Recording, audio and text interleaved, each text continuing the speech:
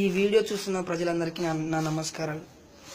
ఈ వీడియో తీయడానికి ముఖ్య ఉద్దేశం ఏమిటంటే, నరేంద్ర మోడీ గారు అనేటువంటి ఆయన ఒక మహానుభావుడు. ఇప్పుడు భారతదేశానికి ఒక ఉన్నత దేశంగా తీర్చిదిద్దడానికి ఆయన ఒక నిర్ణయం తీసుకున్నాడు. అది ఏమంటే, నల్లధనం ఏదైతే కూడబెట్టున్నారో దాన్ని వెనక్కి తీసుకొచ్చి ప్రజలు అంటే మనలాంటి పేదవారికి అందరికీ పంచిపెట్టాలనే ఒక సహాయ దృక్పథంతో ఆయన ఈ పని చేస్తున్నారు. ఇప్పుడు మీ దగ్గర 2.5 లక్షల కంటే ఎక్కువ లేని వాళ్ళు మీరెవ్వరూ విమర్శించరు. ఎందుకంటే మీరు కష్టపడి సంపాదించుకున్నారు కాబట్టి మీరు విమర్శించరు. ఒక తెలివైన వాడు ఏం చేస్తున్నాడు, మీరు కష్టపడిన వాళ్ళ దగ్గర నుంచి దోచేసుకుంటున్నాడు. అది అర్థం కావట్లేదు మనకి. ఏమంటున్నారు ప్రతిపక్ష నాయకులు, వాళ్ళు వీళ్ళు ఎందుకు విమర్శిస్తున్నారు? ఒక ఎమ్మెల్యే విమర్శిస్తున్నాడు, ఒక మంత్రి విమర్శిస్తున్నాడు.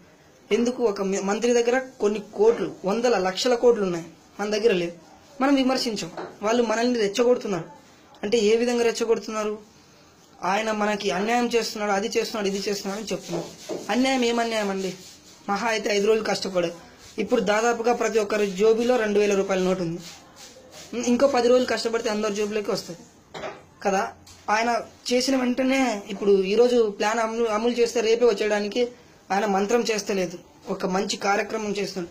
మంచి కార్యక్రమం చేసేటప్పుడు చాలా మంది చెప్తారు, వద్దు చేయకు, అది మంచిది కాదని చెప్తారు. మంచి చేసే వాళ్ళకి ఎవరు ఎప్పుడు ఎంకరేజ్ చేయరండి. అంతెందుకు, మన ఇంట్లో వాళ్ళే అన్న నేను ఇది చేస్తా అంటే అది మంచిదైనా కూడా ఆయన 10 సార్లు ఆలోచించి వద్దులేయాలో, లేకుంటే సరే అని చెప్పి ఒక్కసారి చెప్తారు అంతే. అటువంటిది ఉదాహరణకు నేను చెప్తాను, ఒక రైతు ఒక పంట పండించడానికి మినిమం టైం ఎంత తీసుకుంటారు? 3 నుంచి 4 నెలల దాకా. 3 నుంచి 4 నెలల దాకా తీసుకుంటారు. అంటే 90 రోజుల నుంచి 120 రోజుల దాకా. ఆ పంట పెట్టిన పెట్టుబడి ఎప్పుడు వస్తుంది? 120 రోజుల తర్వాత వస్తుంది. ఆ పంట పండడానికే నువ్వు కష్టపడి నువ్వు పండించే పంటకే నీకు 120 రోజులు తీసుకుంటే, ఆయన మన దేశానికి మొత్తం, అంటే నీ ఇంట్లో నీకు ఎన్ని ఎకరాలు ఉంటాయి? మహా అంటే 5 ఎకరాలు 10 ఎకరాలు ఉంటాయి. నీ 10 ఎకరాలు పండించడానికే నువ్వు 120 రోజులు తీసుకుంటే టైము, మన దేశంలో ఎంత ఉంది దాన్ని మొత్తం ఆయన చేయడానికి ఈ మాత్రం 50 రోజుల టైం అనేది పెద్ద సంగతే కాదు. మీరు ఇప్పుడు బ్యాంకుల దగ్గర క్యూలో నిలబడి చాలా బాధపడుతున్నట్టున్నారు. ఎందుకంటే మనం ఒక సినిమాకి వెళ్ళాలంటే, రిలీజ్ అయిన సినిమాకి గంటలు సినిమా హాల్ ముందు వెయిట్ చేస్తాం. షాపింగ్ మాల్లో ఏదైనా ఆఫర్ వచ్చిందంటే క్యూలు కట్టి ఒక రోజంతా కావాలంటే వెయిట్ చేస్తాం.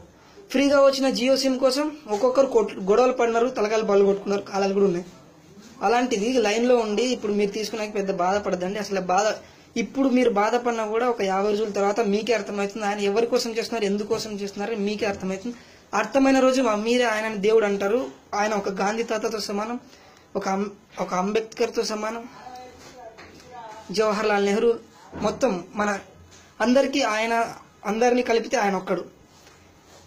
నాకు తెలిసిన భాషలో నేను చెప్పినాను. ఏమైనా తప్పులుంటే క్షమించండి. Thank you very much. జై హింద్.